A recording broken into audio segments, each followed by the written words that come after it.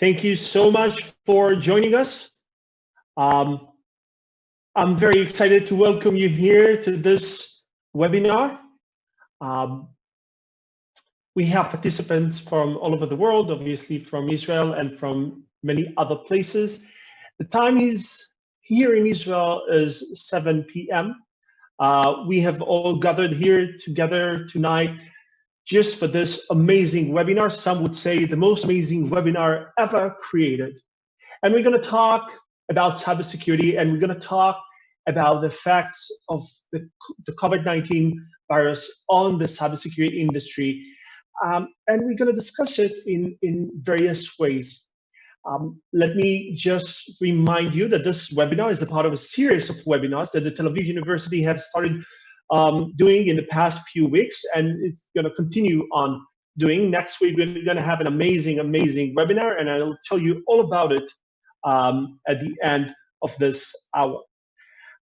This webinar, today's webinar, is unique in the sense that it is in a collaboration with the Blavatnik Interdisciplinary Cyber Research Center and the Yuval Ne'eman Workshop at the Tel Aviv University, two organisms inside the Tel Aviv University who are engaged in the most amazing activities, and I encourage you to read more about them. The ICRC, the Interdisciplinary Cyber Research Center, and the Yuval Ne'eman Workshop. Let me introduce myself. So my name is Menny Barzilay. I am the CTO of the Blavatnik Interdisciplinary Cyber Research Center. I'm also a partner at a cybersecurity consultancy company called Herzog Strategic. I'm a speaker, I'm a researcher, and everything I do is cybersecurity. So only talk to me about cybersecurity. The reason that this webinar is so exciting, though, is our amazing guests. And let me introduce them, not by any particular order. So let me start by introducing Dr. Eran Toch. He is a senior lecturer at Tel Aviv University's Department of Industrial Engineering at Fleischmann Faculty of Engineering. Toch co-directs the Interacting with Technology Lab, also known as IWIT, and heads the undergraduate program. The IWIT lab addresses usable privacy and security, large-scale analysis of interactive behavior, and mobile computing. Toch is a former visiting associate professor at Cornell Tech, New York, and a former postdoctoral fellow at Carnegie Mellon University. He completed his Ph.D. at the Technion, the Israeli Institute of Technology. Next, I want to introduce Dr. Nimrod Kozlovski, who is a co-founder of actually two startups, Flying Media and Altal Security. He co-launched the information security and cybersecurity tracks as part of the Tel Aviv University MBA Information Technology. He is a partner and head of the Tech and Regulation Department at the Israel's leading international law firm, Herzog HGFN, where he focuses on tech regulation, disruptive digital technologies, internet and cyber laws, ad tech, monetization, e-commerce, and fintech.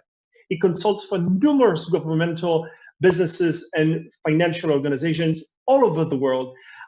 He's an international cybersecurity expert, well-known expert. He completed his PhD in law from Yale Law School and pursued his postdoc studies in computer science on proactive security at Yale School of Computer Science. Last but not least, I would like to introduce Liron David. Liron David is a PhD candidate at the School of Electrical Engineering, Fleischmann Faculty of Engineering, under the supervision of Professor Avishai Wu. With research interests including cryptography and computer security, Liron won the 2020 Toch Prize for Excellence in Research, the 2018 Weinstein Best Paper Prize, the 2017 Weinstein Award for Excellence in Studies, and the 2016 Tel Aviv University's Rector's Award for Excellence in Teaching. She holds an MSc in Electrical Engineering and a BSc degree in Electrical and Electronic Engineering and Computer Science from the Tel Aviv University. So now you understand why I said that this is an amazing and exciting webinar. We have amazing people with us. And the structure of this webinar is going to be as such. So each and every one of those speakers will have his turn They will spend about 10 minutes, 12 minutes with us to tell us their thoughts and their ideas on the theme that they have decided to talk about. After which, I'm going to spend a few minutes talking about some aspects of cyber and COVID-19. And then, to me, probably the most important part of this webinar is that we're going to have the Q&A. And at this point, I want to challenge you and encourage you to take advantage of this unique platform. You know, it's not an easy thing to listen and to talk over the internet. Nevertheless, the internet offers some amazing advantages, and one of which is that everyone can have a voice. So if you have any questions, if there is anything you want to say, if there are any comments that you have, feel free to add them to the webinar chat. And I will use your comments and questions at the last part of this webinar, and I will ask the amazing speakers that we have questions. Without further ado, I would like to start and give the stage to the amazing and my good friend, Dr. Nimrod Kozlovski. And Nimrod is going to talk about trends in cybercrime during the Corona times. And I want to start by asking you an opening question. So what are the trends that you've seen during those COVID-19 times? What did criminals did differently during those times? Perfect. Thank you very much. And thank you for hosting me at this seminar. First of all, we've seen a dramatic increase in cybercrime during the Corona time. It was somewhat surprising as there was a slowdown in the economy, and we could expect that with the slowdown of enterprise activity and the slowdown of the economy, also some kind there'll be slowdown with criminal activity. But we've seen the reverse. We've seen actually an uprise of criminal activity. Some of the criminal activity that traditionally took place in physical places now diverted to the internet. So what we have seen, and actually, as you mentioned earlier, part of our practice is information security consulting practice that consult in incident response. So what we have seen, first of all, there was an uprise in the phenomena that we called crime as a service. More and more actually web criminals started offering their services for sale. So if, for example, I wanted to conduct a ransomware attack, meaning that I wanted to encrypt data on users' computers and ask for ransomware fee, platforms were now available with easy to use. If I wanted to extract confidential information, platforms were available for payment. I could just insert the email address or the telephone number of the target, and it would help me with extracting the data. There was also a mass of financial fraud. One thing that we've seen noticed is companies were less alert in their common practices about fraud. Assuming that now we are working from home, most of us are not as cautious as we are in our normal practices. There was an uprise in fraud. So we saw a lot of financial fraud taking account in the easiest possible actually scenarios. It wasn't any complicated cyber attack, but was easiest task. Just actually taking over an account, an email account, understanding the pattern of financial transaction, and asking to wire money to a different account. The easiest thing possible.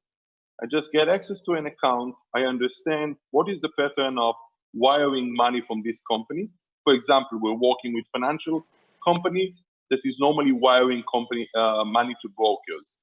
Someone took over the email account, listened to the communication for a short while, understanding the patterns of wiring, and just issuing a request on behalf of potential actually recipe of money, asking, due to the Corona time, we have a problem with our bank account, please transfer to our subsidiary account. No one was suspicious. No one could actually question it with the bank account because you didn't really have physical service at the bank and you were wiring to the fraudster. More and more companies were calling us saying, we just realized that we're wiring hundreds of thousands of dollars or millions of dollars to fraudsters.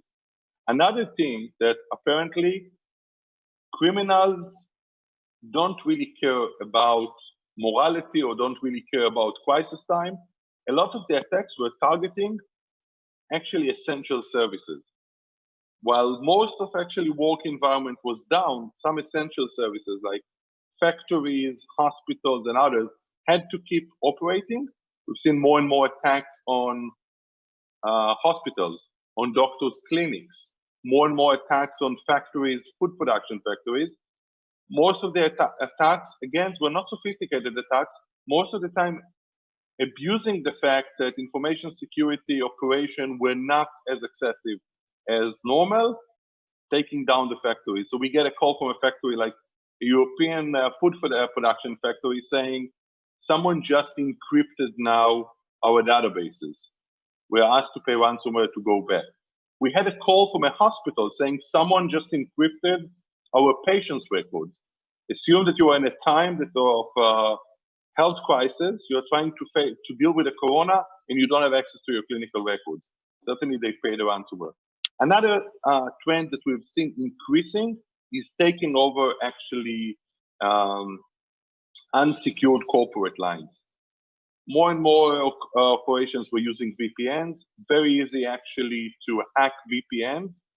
Some of the hacks are available online. A lot were getting access into confidential records. Some of them got published, like law firm in New York that got hacked, and contracts and accounts of some of the celebrities that actually being served by this law firm were breached. They were asked to pay ransomware. Same happened with many consulting firms around the world. Confidential records were hacked. And one last thing that I think is very interesting that we've seen, many sensitive organizations that normally do not provide remote access to the critical assets, like watering system, chemical factories, power plants, that normally you could not have remote access to these facilities, were required due to the shortage of workers at this time to provide limited external access to the system. Some of these maintenance and external remote connections to the facilities were hacked, and therefore actually essential facilities were under attack. So we've seen a massive attack, most of them not using very sophisticated tools. By the way, not as sophisticated as the attacks that we analyze in normal times, most of them abusing the fact that organizations were not using the most solid infrastructure, or using sometimes systems that are not as accustomed to security operation as they do in normal times, and taking down these operations. We had a lot of work during the Corona times with cyber attacks. Brilliant.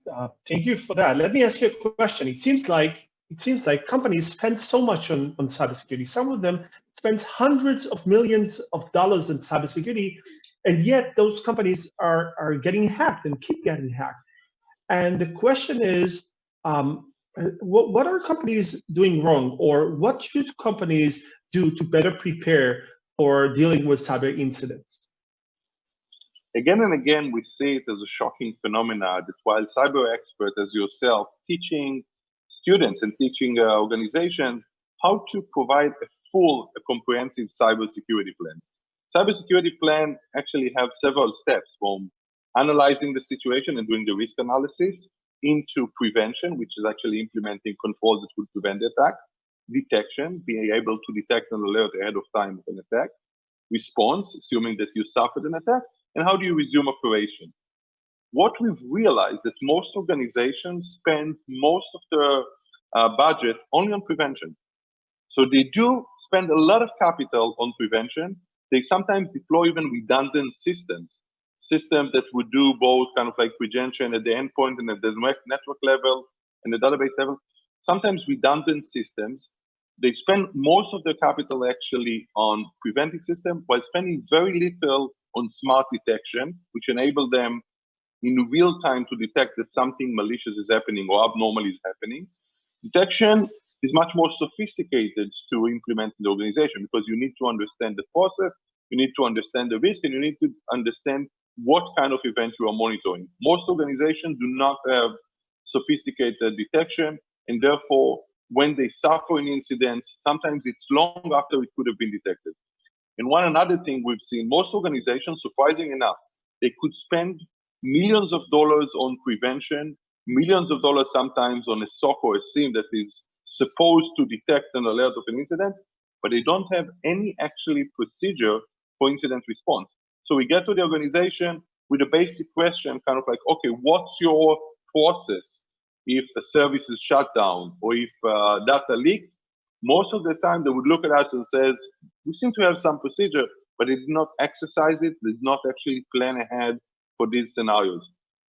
Our basic, most of the time, basic recommendation to this organization, spend more smartly your budget, not all on technology. Some of it needs to be done on smart planning and risk analysis, custom risk analysis, and allocate some of your budget to smart detection, which enable you ahead of the incident to actually be able to alert and prevent the incident, and plan not when you have the doomsday scenario. Most organizations, the time that they start actually facing the scenario is when already the files were exfiltrated or the system is utterly down or data is corrupted. That's a point of time when there's a lot of tension in the organization, and most of the time it's not as easy to resume operation with such uncertainty about the compromise, the extent of the compromise. Thank you. So we have 1 minute, and in this 1 minute, you have another 1 minute. I want to ask you one question, because I already see that Ido Eilam already used the Q&A option of Zoom. So I encourage you all to do that. And he already asked a question, and I want to ask you this question. So Ido asked, companies keep getting hacked all the time. Will corporates always be in the reactive mode, reacting to breaches and events rather than be able to prevent them or being proactive? First of all, I believe that indeed it's kind of like an arms race between the attacker and the defender.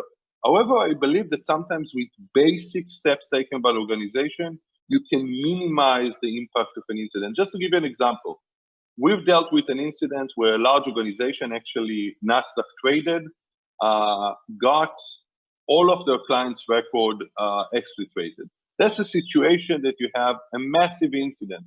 If they just separated the tables between the identifying information and the corresponding data, there will almost be no impact to the incident. If the data was hashed or encrypted, and most times the data could be hashed or encrypted because it wasn't utilized at storage, the impact of the incidents was minimal. Again, for example, about the disruption of service. We've seen an organization that got their service all on a DDoS attack. If they did not have redundant capacity, that could be a severe implication on the operation. If they just had redundancy plan, or they were using some of the available services that enable you to double up your architecture at time of a massive volume of traffic, there'll be almost no impact to the incident. I think most of the time organizations are not planning for these incident scenarios, they rather try to prevent. Most of the time, at least for data breach, if you keep the data encrypted or hashed, the impact would not be the same.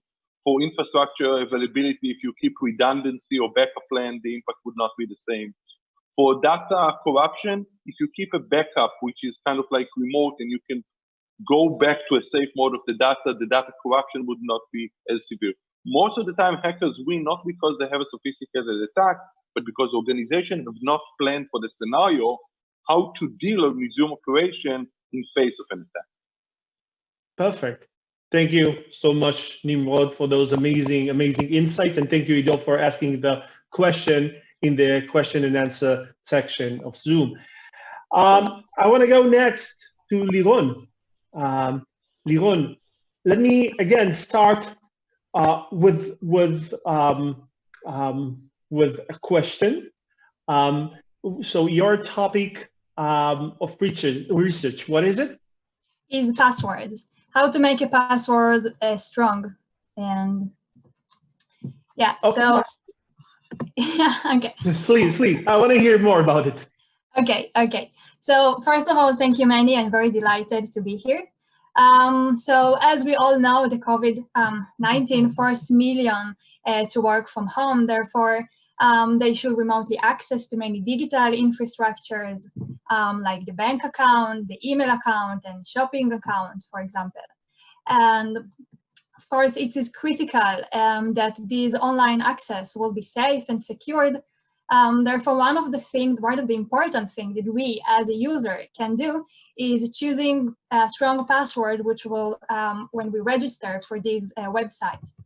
And most of the websites, they're actually in order to make the user to choose a strong password. So most of them ask from the user to choose different type of characters inside their passwords. For example, capital letters, small letters, digits, and symbols.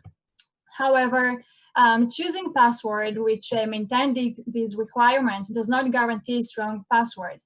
Many people tend to choose the same patterns and the same transformation. And I'll give you some example. For example, many people put some digits before the password and some digits after the password, and they reverse their name inside the password. So the attacker are actually well familiar with all this behavior of people, and then take this into consideration when they try to break our passwords. And the reason they actually know all this information is since there are more than billion passwords which are already have been leaked and are posted and available in the internet. The attacker know more than 1 billion passwords, which means he knows which passwords are common. You know which patterns people use, which transformation people tend to do. And of course, he used these common passwords when he tried to break our accounts. So in my PhD research, my supervisor, Professor Avishai Wool, and we developed a system that estimates the strength of a password. It actually tells us how much this password is strong based on these billion passwords which have already been leaked in the internet. So our system actually knows what are the common passwords, which transformation people tend to do, and therefore he tells us how many tries the attacker is going to do before he reaches into the received password. And this system is actually a better solution than the simple solution, because our system actually based on the attacker knowledge. Instead of just counting capital letters and digits and so on. And actually, this system was integrated in one of the Tel Aviv University courses, and which already has helped the students to choose strong passwords. So this is really excited to see how the research help in the real life and like in real cases. So you just explained what we shouldn't do, right? How we should not choose passwords, right? Yeah. So let me ask you, what do we need to do? What do we need to do in order to choose good passwords? So let's start first of all. What do we need to do in order to? What we don't need to do in order Okay, let's start with that. Okay. So one important thing is that what we should not do is we should not combine personal information in our password. Because people actually tend to put inside their names, their children's name, their birthday, and so on. And attackers are familiar with this behavior. Therefore, if an attacker knows some information regarding about you, which is not difficult, having all this social media, so he can break your password if you have personal information inside. Another thing which is not good to do is not good to use some easy and some easy pattern. For example, 1, 2, 3, 4, 5, 6, and you will be surprised by how many people are actually doing this. Another thing is not good is not too good. For example, keyboard pattern. So this is not good things to do. But the most important thing, which is not good things to do, is it's not good to reuse password. And there are two reasons for that, because as I said, more than billion passwords, they're already posted outside in the internet. And not only the password themselves, but also the corresponding username, which means if an attacker knows a username, he already knows some password which correlated to this username. And with high probability, if for example, he knows your username, so he can find your some old passwords. And in high probability, you will find your password in this set of previous password of this username. Therefore, if you reuse your password or some version of your password, the attacker, it will be very easy for him to break your password. So this is not good to reuse your password. Okay, so you scared us. Now we know what we should do. So what should we do? Yeah, okay. So what you should do. So The most important thing is to try to make your password as random as much as you can. Okay, do not try to make it easy to remember, because when you try to make it easy to remember, then you actually reuse your password and you put inside some personal information. Now, if it's difficult for you to guess, it will also be difficult for the attacker to guess it. So this is first thing. First of all, try to make it random as much as you can. Another thing is try to make your password unique. Do not reuse your passwords for other accounts, because once the attacker breaks your password in one account and you reuse this password in other account, he will actually get your password for the other account, which is not good. And of course, do not use your personal information inside as well. So this is what you need to do. Okay, so if you want us to choose passwords that we cannot remember, how can we use them? Yeah, okay, so this is a good question, because you actually, you don't have to remember it, you just need to write it down, to store it in a safe place, okay? So you just need to write it down in a safe place, but you don't have to share this, of course, this password with other. You don't have to email this password for you in order to remember it. You don't have to text it for yourself. You just need to write it down somewhere in a safe place without sharing it. And of course, it has to be unique. So you need to keep for you like a list of all your passwords, and in each unique password will be for a different account. And yeah, so this is. So your topic raised several questions in the Q&A session. Let me ask you one of them. And then maybe you can reply the rest at the Q&A session, or while Eran talks, you might be able to answer on text. So the question that I will choose, and we will try to answer every question, is by anonymous attendee, which is a very unique name. Okay. Shouldn't it be enough to use complex random, so close to password generators, and robust password manager like perfect. 1Password or something like that? Yeah, this will be perfect, but of course, but again, you need to remember it, right? So just write it down somewhere in a safe place, and this will be perfect. It will be very difficult for an attacker to guess it. Yeah. Perfect. And another question by Chaim Al-Kalai, which was a very strange question. He asked, where do you find the 1 billion passwords on the web? And I wonder why Chaim wants to find those passwords. Google it. You don't have to work so hard, really. You just Google it. Just Google it. Yeah. You can hack and break many things on the internet. There are so many available which are already posted on the website, on the internet. Yeah.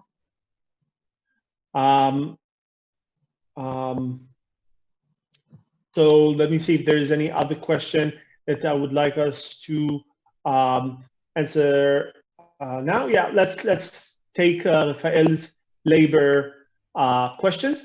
So Rafael talks about two situations. Situation number one is where companies, websites like e-banking ask you to replace your password every 6 months. In comparison to services like Gmail that never require you to change your password. And the question is, which is more effective? So it depends. It depends on the case. If you suspect that something weird happened and you should change it because you suspect that someone, track over you or something like this, so then please do change it. But if you don't suspect, so maybe it depends. So maybe 60 days will be. I think something in the middle will be good. Yeah. Yeah. Okay. Let me build on that and tell you that my personal opinion is that I think a website that force you to replace passwords are actually not as good as websites that allow you to maintain strong passwords forever. Because what happened is that when people are required to replace passwords frequently, they tend to forget those passwords. So they tend to use like a very easy to guess method. Like they have a password and then they use 1 at the end, and then they have the same password with 2 at the end, and then the same password with 3 at the end. which Oh, creates but a this very is bad like practice. the worst thing that people can do. Yeah. Exactly. So Liron and I, we agree on that. Yeah. I would say keep your passwords secure Thank and you. personal. Okay, thank you so much, Liron, for those amazing insights. Again, you. there are many questions on the Q&A session that you can answer via text, or we can answer them later on the Q&A session in this webinar. Last but not least, again, Eran Toch. Eran is going to talk about privacy. This is a very interesting topic in the COVID-19 era. Everybody talking about that, and Eran is probably one of the most interesting people in this field. And please let us know your thoughts. Hi, thank you so much, Menny and Ayana, for inviting me here and for your warm words. So these are dramatic days for privacy. The coronavirus had changed so many things in our lives, and privacy is one of the big issues that that are really put to a test right now. One of the things that governments all over the world are trying to do now is trying to control our bodies, to control where we are, if there's a quarantine, for example, to control who do we meet, to see if we have contributed to the spread of the coronavirus, and to control many other things. And with the use of digital technologies, naturally, the level of sophistication of surveillance is becoming kind of really interesting on one hand and really disturbing for many people all over the world. We see several interesting technologies, including, for example, quarantine enforcement. So in Hong Kong, you would put a bracelet on your hand to make sure that you don't leave your house. We see social distancing technologies. For example, again, bracelets. We see lots of bracelets in the coronavirus that make sure that you're not too close to anybody else, or even AI algorithms that run on CCTV feed to see if people are not too close to each other. And more than anything, we see contact tracing apps or contact tracing technology. And this is what I'd like to briefly speak about. So what is contact tracing technology? Basically, it's a technology that tries to prevent the spread of the virus by tracking people, by seeing who they were close to. And if we know that somebody was infected with the virus, then we can take that person, see who are all the people who were close to that person the 2 week, which is what we basically believe that's the transmission period for the coronavirus, and then quarantine all those people who that person had met. Contact tracing is an old, it's a very old and established process. People have been doing contact tracing for decades now, but the fact that all of us carry a surveillance device in our pocket, our smartphone, has made contact tracing really something that can be automated. And all over the world, we see examples of contact tracing technology. Israel has 2 of them, or at least until today, because today was a really interesting news about the coronavirus contact tracing technology. I'm going to speak about it in a second. So Israel had 2 technologies. And the Israeli Secret Service is operating something that in English is called the tool, or in Hebrew, hakli, which is basically a system that tracks the locations of all Israeli citizens and visitors. One of the things that contact tracing technology had shown us that this tool actually exists and people can use it, and the government had used the emergency health law to actually use these technologies to do contact tracing. The other technology is the Hamagen, which is an app. I have it here on my phone, which all Israeli citizens can download to Android or iOS, and about 800,000 people had already done that. And it uses the phone's location to do contact tracing. And of course, these two technologies are very different than each other. The Israeli Secret Service doesn't ask us if we want to participate in its efforts for contact tracing, but we can voluntarily download the Hamagen app, the app that we can download. And these two technologies are kind of, an example of many types of apps all over the world, even though the number of apps that actually in production that you can actually download or you can actually use is surprisingly small. So there's an app in Singapore, there's an app in Canada, in certain states in Canada, there's an app in Taiwan, in Israel, in Finland, but then many other states in the US, for example, and other countries in Europe don't have an app right now, and they're working on those apps. And privacy is one of the reasons that these apps are not deployed to a large scale in those countries. One of the more interesting things that's happening is the development of privacy-preserving contact tracing apps. So in many academics and then even large companies have developed a protocol that can do contact tracing without harming people's privacy. So there are lots of protocols. The most interesting one is called DP3T, and it's basically is using an app that sends anonymized messages through Bluetooth to the phones of people around us. And because these messages are anonymous, then nobody can know who was in which location and who had met which person. But if somebody is discovered to be carrying the coronavirus or having COVID-19, then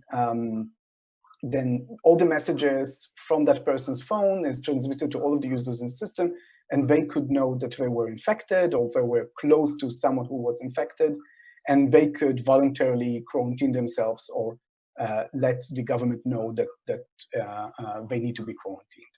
And the surprising thing is that Google and Apple have declared and are working on supporting this kind of protocol or a similar protocol. Basically, they actually join forces and declare that they're going to allow Android phones to send messages in this kind of protocol to iPhone phones and vice versa. So that's a really kind of interesting and heartwarming collaboration that we see right now. But the trick is that they will only do that for apps that are privacy preserving. So if a government wants to, for example, know where people were, like the app in Singapore allows them to do, then they cannot use this kind of protocol. So what we see now is a new clash of titans. There's a political and a legal battle between Google and Apple on one side, and then several governments on the other side. For example, France is fighting Google and Apple to allow them to kind of tweak and change the protocol to give the government more information about where people were. So there's lots of new things happening right now in this kind of field, and new technologies and new power structures that kind of breaking up because of the COVID-19 pandemic. So let me ask you a question. Sure. One of the most, I think, popular topics today, at least in tech media, is how big companies clash with governments. There's a lot of criticism surrounding Facebook from within Facebook and from outside of Facebook. Obviously, Facebook is the biggest one, the biggest boy in the neighborhood, so it's easy to throw stones at Facebook. But the problem is, it doesn't stop there. It exists with every big tech company. So can you shed some light about the relationship between big tech companies and governments? Yeah, so we see with every passing year the immense power of those big tech companies. So Google and Apple basically divide the operating system of the world between them. And if they decide to add a new feature to the operating system, then boom, they have everybody could develop a contact tracing technology. And the same with Facebook. If Facebook changes the algorithm, the whole world would see or not see certain information, would see Donald Trump's tweets or see Donald Trump's posts or wouldn't see them. So I think governments are actually now kind of realizing the power that governments have. And what we see with COVID-19 is that there's sometimes real tensions between governments that need to provide public health to the citizens and try to build systems, and then a point of view that companies have, and this point of view doesn't necessarily match with the government's. And just another thing, it doesn't. We sometimes like to see governments as the bad guys or big companies, big tech as the bad guys, and I don't think it's that easy. I mean, if we think in those kind of terms, then it's hard to choose who's bad and who's good. These are just very powerful political entities these days, and they clash.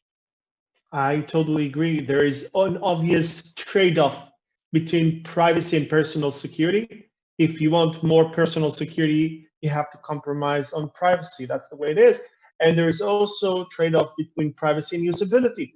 If you want to have advanced systems that will provide exactly what you want in the way that you want it, you have to compromise on your privacy. You have to give some of your privacy. If you want to maintain your privacy, then either those services will not be free or they will not be customized for you. Yeah, I would like to challenge this kind of view, because it's sometimes easy for us to think about privacy as a trade-off. Okay, you want things, you have to lose some privacy.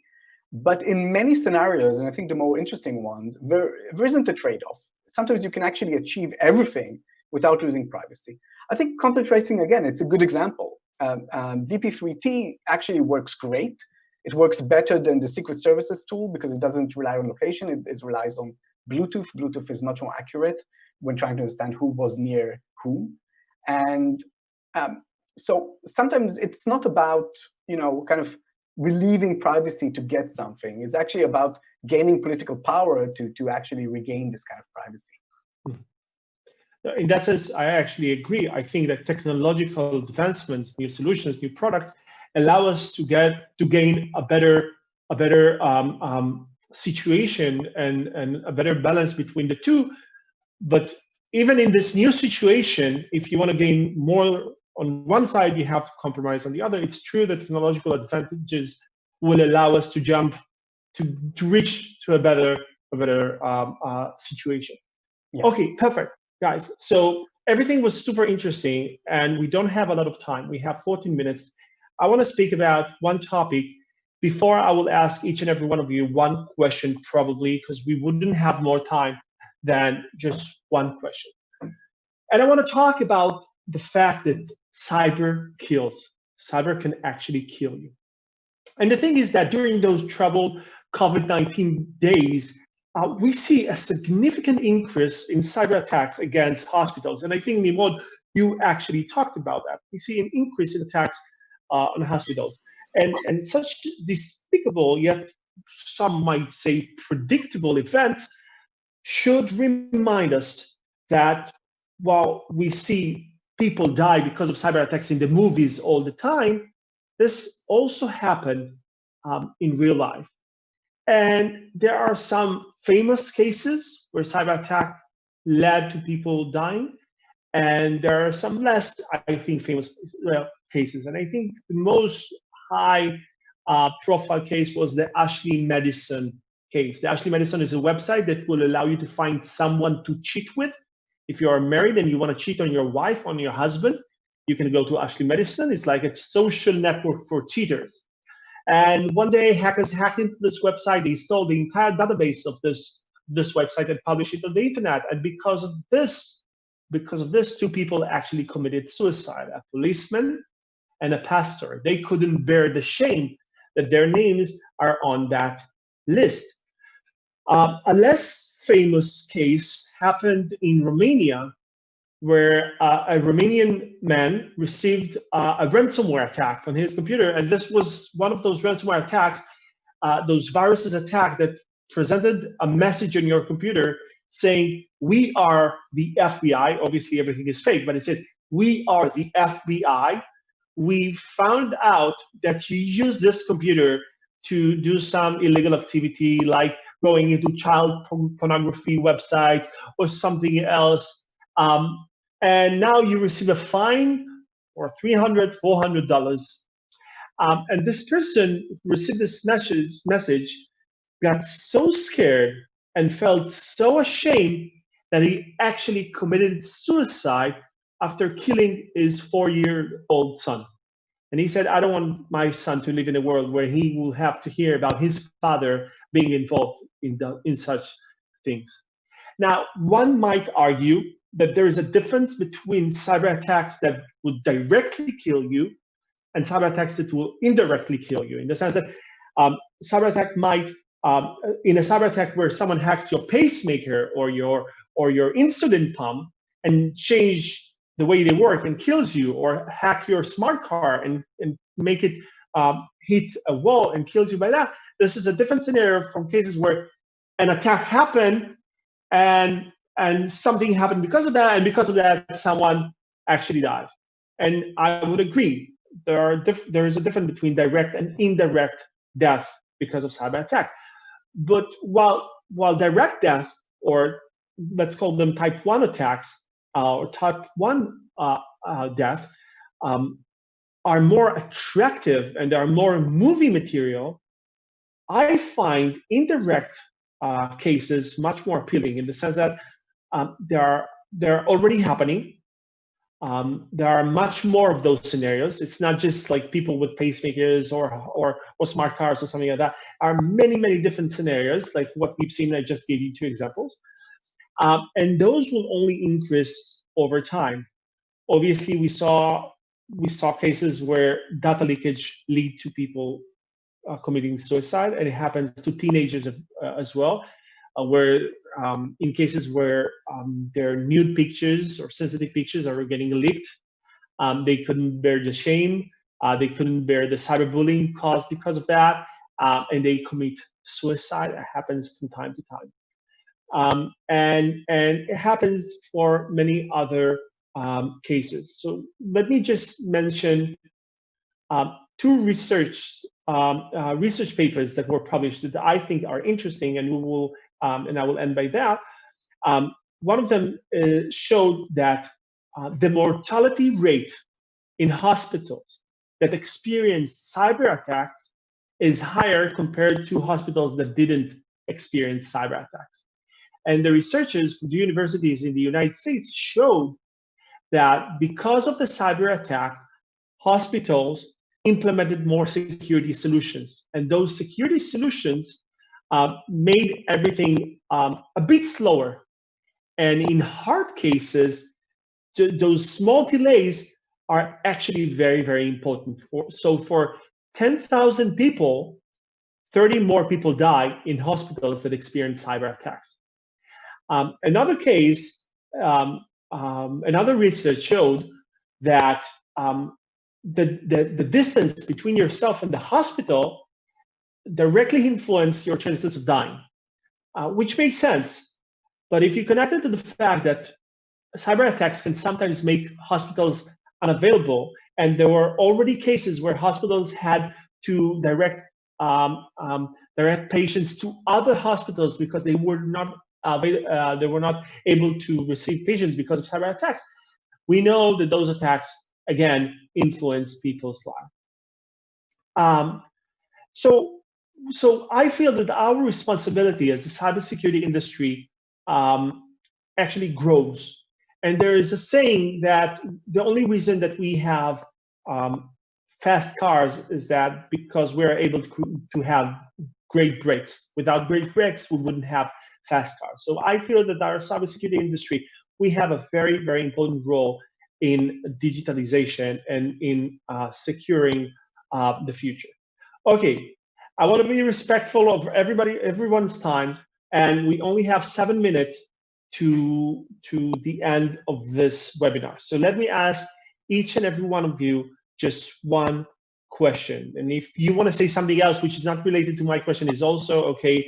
Let me start with you, Nimrod.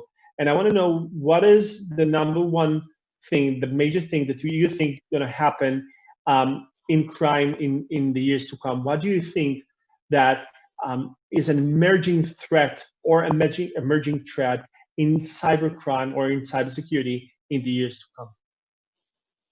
I do believe that we'll see a lot of attacks on IoT devices. I think that the fact that we have more and more physical devices now embedded with computers, on the one hand, makes our world much smarter. We have now much smarter home, much smarter streets, much smarter actually environment, but at the same time makes us much more vulnerable. The fact that IoT devices, most of them were designed without security in mind by many companies, small companies, each one of them actually developing and deploying their own product, but with no security architecture that looks at all of product together, or build a solid architecture for authentication, for network mapping, and for analysis especially the threats, makes our IoT devices very vulnerable. We see now more and more cybersecurity companies trying to deal with the vulnerability of IoT devices. But before the security breaches are resolved, we'll see more and more attacks are being initiated on our IoT devices, sometimes to attack the network as a DDoS tool, or just kind of like a spamming tool, but sometimes we'll see them also being a tool in order to extract personal information, in order to conduct actually significant data breaches. So IoT devices will be much more essential. Second will be much more attacks on the cloud environment. Certainly, as organizations are migrating to the cloud, more of the data, more of the enterprise actually tools are on the cloud, not as protected most of the time. Cloud security configuration is yet in most organizations not as advanced as on-premise. Perfect. Thank you so much, Nimrod. Liron, two questions that people asked in the Q&A, and I want you to answer both of them, each of them, just give a 30-second answer. Okay. The first one is about password managers, and the second one is about strong authentication or two-factor authentication. Your take on those two topics. I suggest to use, so what is a password manager? It helps you to manage the different passwords, so to remember them, so to store them. So this is of course very I recommend this, because as I said, the best thing is to choose passwords which are not easy to remember. Therefore, you should store them. And about the second question, of course, this is the best. If there are systems that use this will be, of course, more powerful than using only the password authentication. Yeah. Perfect. Thank you so much. I agree. I think strong authentication or two-factor authentication, where you use both your password and your phone or something else, is probably one of the most effective ways in the world to protect your accounts. Everybody should use that. Everybody. If you're not using that, use that now. Eran, let me ask you something that Jacob actually asked in the Q&A session, and it's about the average user and about people's awareness to privacy. Do you think people are sufficiently aware to privacy issues? And if not, what do you think should be done? So, yeah, there's a lot to be desired here about people's awareness. In a research that my lab had done, for example, we've done a representative survey of 500 Israelis, and we see that people don't really understand the difference between, let's say, an app, which is privacy preserving, and a secret services tool. And I think it's kind of tragic, actually, because lots of people don't download contact tracing apps, even though they're important, because they're not aware that they're privacy preserving. And I would kind of blame this whole marketplace for personal information that kind of subjects us to privacy harms. And then I think people lose trust and and kind of withdraw into their shells. So I think awareness is really important, not just for people to be wary of certain apps, but for people actually to participate and participate as citizens. So I would love governments and even companies like Facebook to try to make things more transparent. And I think that has an absolute great effect, because you know where your data is going and you know what's going to happen to it, and you actually learn about how things work in the background. Perfect. Thank you so much, Eran. Okay, guys, I would like to conclude this webinar, and I want to start by telling each and every one of the speakers, first, thank you, and B, please, if you want people to be able to contact you in any way, just put a link on the chat. I just added my links so people can either join my newsletter or visit my website on mennyb.com. It's on the chat, everybody can see that. I also added the Cyber Week is an event that is being created by the Interdisciplinary Cyber Research Center at the Tel Aviv University. It is an amazing, amazing event. We have people from over 80 countries arriving in Israel to participate in 50 events during 5 days in the Tel Aviv University. It is amazing. Everyone and anyone will be there. We had researchers, hackers from all over the world. We had a prince in the last event. We have government officials. We have everyone and anyone. If you're interested in participating in the Cyber Week at the Tel Aviv University, the Cyber Week dates for 2021 were already published, because the 2021 was postponed because of the COVID-19, and that's June 20th till June 24th, 2021. Again, the links are on the chat, and I already saw that Nimrod and Eran added their contact details, so you can find them there as well. I hope Liron will add something that will allow you to find her as well. For those of you who have not yet participated in the Drop Everything COVID-19 campaign, we invite you to visit the site. I'm gonna add the site link to the chat as well. This is Tel Aviv University Crowd Change Net. Tel Aviv University, just no unique characters, just Tel Aviv University.crowdchange.net. The link is on the chat. Please check it out. It is very, very, very important. I told you that next week we're going to have a big surprise, and I'm very, very excited to invite you to join us next week on Monday, June 15th at 7 p.m. Israel time, the same time like we had today. Special conversation with legendary actor and producer Michael Douglas. So Michael Douglas, and you'll get a chance to ask him questions and hear his thoughts about what's going on. At this point, I would like to say thank you to all the participants and everyone who asked questions. I'm sorry we didn't have time to answer all the questions. If you have specific questions to each and every one of those speakers, we have their contact details on the chat. Thank you for the participants. Thank you for the speakers. Thank you, Liron. Thank you, Eran. Thank you, Nimrod, for your amazing, amazing insights. Thank you, Ayana and Ross, for organizing this whole event. Thank you for the Tel Aviv University and specifically the Blavatnik Interdisciplinary Cyber Research Center and the Yuval Ne'eman workshop. We were very excited to be here.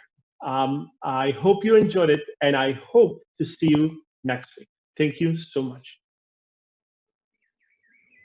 Thank you so much. Thank you so much for attending.